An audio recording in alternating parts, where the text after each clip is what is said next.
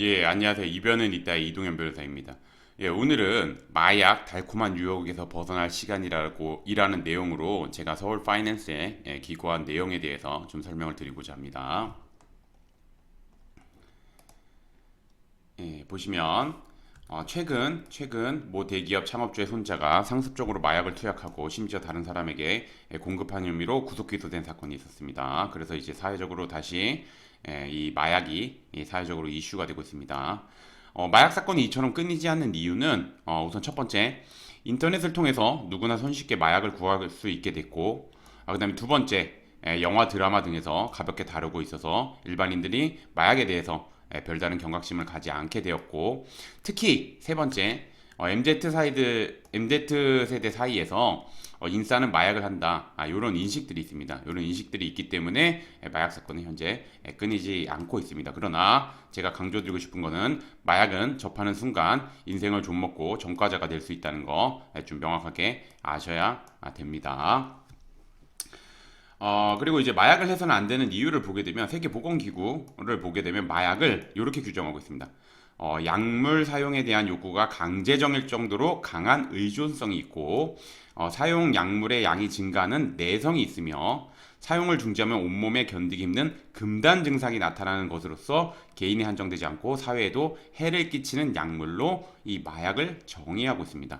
이 정의 내용을 보게 되면 강한 의존성, 내성, 그러니까 점점 더 많은 양을 요구한다는 거죠. 그 다음에 금단 증상, 그 다음에 사회에도 해를 끼친다. 그렇기 때문에 마약을 해서 안 되는 이유는 명백합니다. 그렇게 아시면 되고, 그 다음에 이제 마약류 관리에 관한 법률을 보게 되면 마약류를 마약, 향정신성의약품, 대마 이렇게 구분하고 있습니다. 구분을 한 다음에 이 마약의 종류랑 그다음에 행위 태양, 즉 행위의 유형에 따라서 처벌 수위를 달리 규정하고 있습니다. 한번 보게 되면 대마를 흡연, 재배, 소지, 소유, 수수, 운반, 보관한 경우에는 5년 이하의 징역, 5천만 원 이하의 벌금에 대마를 제조, 매매, 알선을 한 경우에는 1년 이상의 징역에 그다음에 이제 필로폰, 엑스터시, 케타민 등을 매매, 알선, 수수, 소지, 소유, 사용, 관리, 조제, 투약, 제공한 경우에는 10년 이하의 징역 또는 1억 원 이하의 벌금에 그다음에 이제 대마, 필로폰, 엑스터시, 케타민 등을 수출입하는 경우에는 무기 또는 5년 이상의 징역에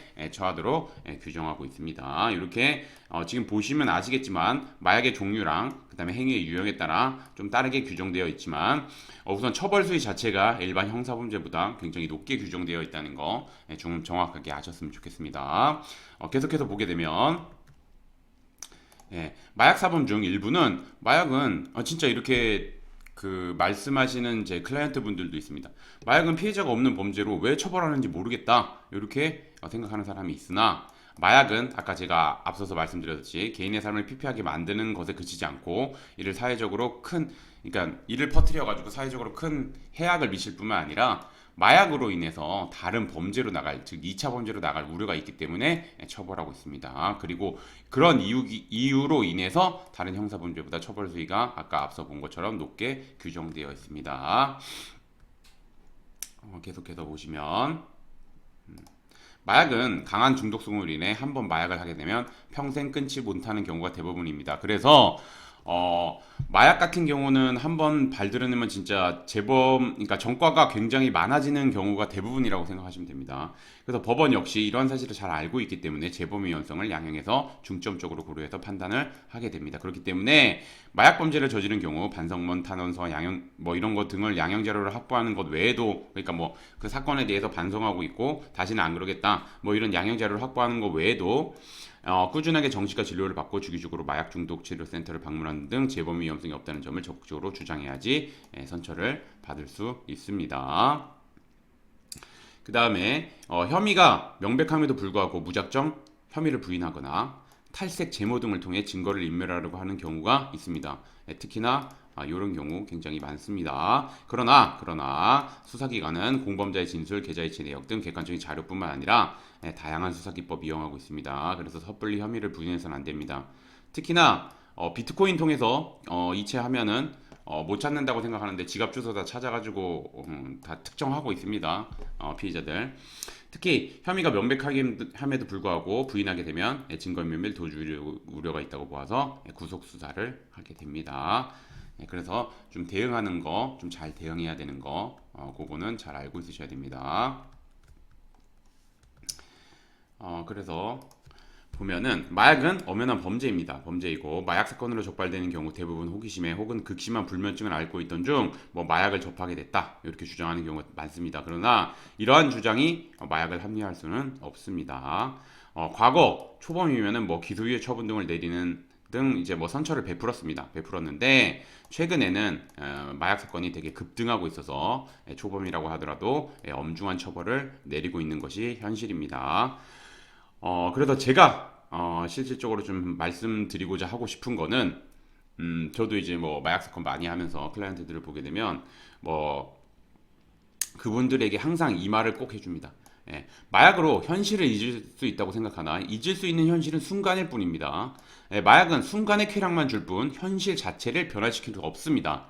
현실을 변화시킬 수 있는 사람은 본인 자신입니다. 그럼에도 불구하고 마약에 빠져 현실을 외면한 채 하루살이처럼 살아가는 사람들이 있습니다. 이제는 이러한 유혹에서 벗어날 시간입니다. 제가 요거 정말 강조하고 싶습니다. 마약은 정말 무익합니다. 무익해. 그 한 순간의 쾌락은 줄지 몰라도 정말 그 삶을 좀먹고 정말 피폐하게 만듭니다. 그것 좀 정확하게 아셨으면 좋겠습니다.